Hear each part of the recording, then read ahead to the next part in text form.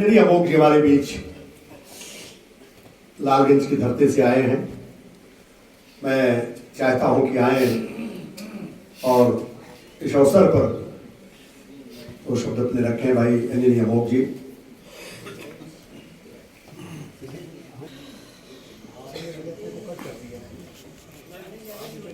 सम्मानित अध्यक्ष जी, आज जिसकी पुस्तक का विमोचन हुआ है डॉक्टर साहिदा जी को आकाश भर मैं अपनी तरफ से और संपूर्ण कवि समाज की तरफ से आपको मैं स्वागत करता हूं, आपका अभिनंदन करता हूं।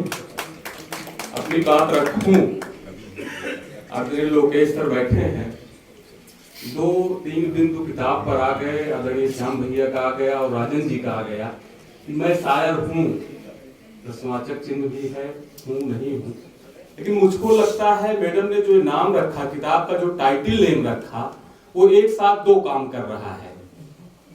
किताब विमोचित भी हो रही है और किताब की समीक्षा भी हो रही है। एक समीक्षा कर ली जाए कि मैं शायर हूं या नहीं हूं, समालोचना भी है और इसी टाइटल में आलोचना भी है। कवि समाज जो समझता है कि कविता की कोई एक पंक्ति भी लिख लिया तो कवि हो गया, तो उसके लिए शायर हैं। और जिनको लगता है कि मैं ही अकेले कवि हूं, मेरे अलावा इस धरती पर कोई कवि नहीं है, उनके लिए टाइटल समीक्षा के लिए हो जाती है। तो बहुत अच्छी टाइटल, आपको बहुत बहुत शुभकामनाएं। श्याम भैया बहुत अच्छा संचालन कर रहे हैं।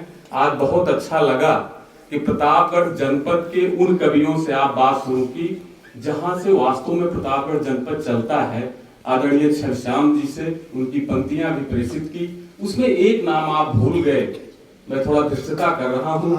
उस श्याम जी की जो पूरी एक कमेटी नहीं, पूरा एक पुष्प था, उसको जो एक पूरा पेड़ था उसको पुष्पित और सिंचित करने का काम आपके पूज्य पिता पंडित राम सेवक त्रिपाठी शुक्ल जी ने किया था। मेरे भी गुरु हैं, आज उनका भी नमन होना आवश्यक था। मुझे लगा कि वो भूल रहे हैं क्योंकि भंवर जी समर्थन कर रहे हैं। हम तीनों लोग एक ही माटी से आते हैं। पुनः उनको नमन करते हुए बहुत बहुत शुभकामनाएं। आदरणीय के गजल आते रहते हैं। पहली पुस्तक आईना आई, जैसे आपने कहा 1 आईना, 2 आईना, 3 आईना। मुझको लगता है कि आईना भी झूठ बोलता है, इसलिए आपने दूसरा आईना नहीं ले आई।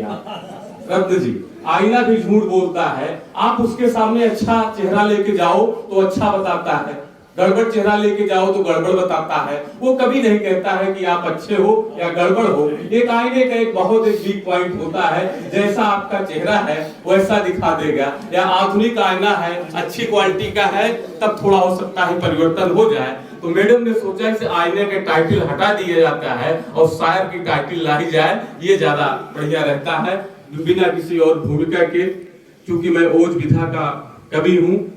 और एक बात और मैडम आपके सानिध्य में आपके हवाले से कहना चाहता हूं। जैसा आदरणीय श्याम जी ने कहा, मेरी पुस्तक आई तो मुझे लगा सबसे कठिन काम होता है किताब लिखना, लेकिन जब मैं किताब लिख उठा तो समझ में आया सबसे कठिन काम होता है किताब का प्रकाशन। प्रकाशन भी हो गया रत्न जी, तब मेरे समझ में आया सबसे कठिन काम होता है विमोचन। किसको बुला लिया जाए, किसको ना बुला लिया जाए, किसकी अध्यक्षता करा ली जाए और उसके पहले फिर क्या चल पड़े कोई भरोसा नहीं है।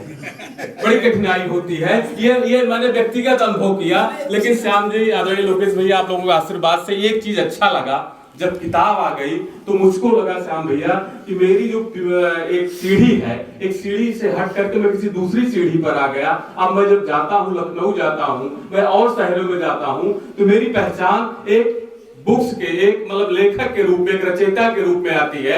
और जब लोग मुझसे कहते हैं कि आपने वास्तव में एक बड़ा काम किया हिंदुस्तान में, आपने योग और औषध को छंदबद्ध करके एक नया स्वरूप दिया, तब लगता है कि वो सब आलोचनाएं पीछे हो गई हैं। बहुत अच्छा लगता है। मैं आपको इसके लिए बहुत बहुत बधाई देता हूँ, बहुत बहुत शुभकामनाएं देता हूँ। 1-2 मुक्तक पढ़ता हूँ, जिस विधा का कवि हूँ, 1-2 मुक्तक पढ़ करके अपना स्थान लेता हूँ कि अपनी कविता में सदैव भारत का गौरव गान लिखूंगा।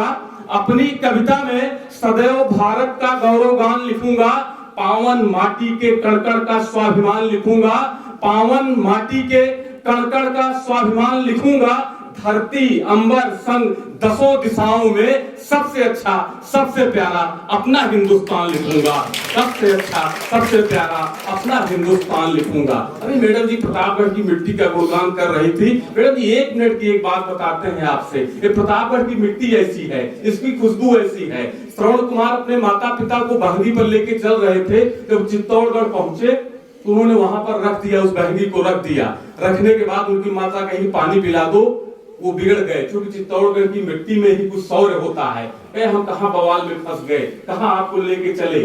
उन्होंने सोचा बेटा इतना हमारा आज्ञाकारी, इसको क्या हो गया, चुप रही। उन्होंने उस मिट्टी से एक मुट्ठी मिट्टी अपने उसमें साड़ी में रख ली। जब चित्तौड़गढ़ की सीमा पार हुई, फिर उन्होंने बहंगी रखा, उन्होंने कहा बेटा गिलास पानी लाओ, तुरंत लेके आए। फिर उन्होंने जब वो पानी लेने गए तो उस मिट्टी को उन्होंने जमीन पर ऐसे बिछा दिया और फिर उसका इस जमीन पर खड़े हो जाओ जहां पर उस मिट्टी को डाला था, कहा एक गिलास पानी लाओ। फिर उन्होंने कहना शुरू कर दिया, कहां बवाल में आके फंस गए।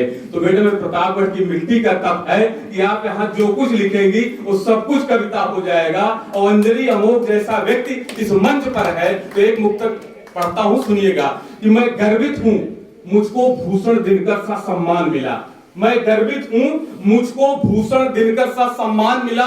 मरु पयोध हिमगिर संग रहने को हिंदुस्तान मिला। मरु पयोध हिमगिर संग रहने को हिंदुस्तान मिला। और बलिदानियों की गौरव गाथा सुनाने के लिए, बलिदानियों की गौरव गाथा सुनाने के लिए मां बीणा पाणी से मुझको कविता का वरदान मिला। मां बीणा पाणी से मुझको कविता का वरदान मिला। अंतिम मुक्तक पढ़कर अपना स्थान लेता हूं। तिरंगे पर मैंने श्याम भैया बहुत लिखा। मेरी अगली जो पुस्तक आ रही है एक क्रांतिकारी के, उस पर मैं लिख रहा हूं पुस्तक। मैं पढ़ता हूं तिरंगा है क्या, कि जितनी बार जन्म हो मेरा, जितनी बार जन्म हो मेरा हिंदुस्तान वतन मिले, और कहीं नहीं पैदा होना चाहता हूं। जितनी बार जन्म हो मेरा हिंदुस्तान वतन मिले, मेरे भी मन को चंद्रशेखर आजाद जैसा यौवन मिले। मेरे भी मन को चंद्रशेखर आजाद जैसा यौवन मिले। रामकृष्ण गौतम के आदर्शों पर चलता रहूं, रामकृष्ण गौतम के आदर्शों पर चलता रहूं। जब जाऊं इस धराधाम से इस तन को, जब जाऊं इस धराधाम को, इस तन को तिरंगा लिपटा तन मिले, इस तन को भी तिरंगा लिपटा तन मिले। बहुत बहुत धन्यवाद, बहुत बहुत धन्यवाद।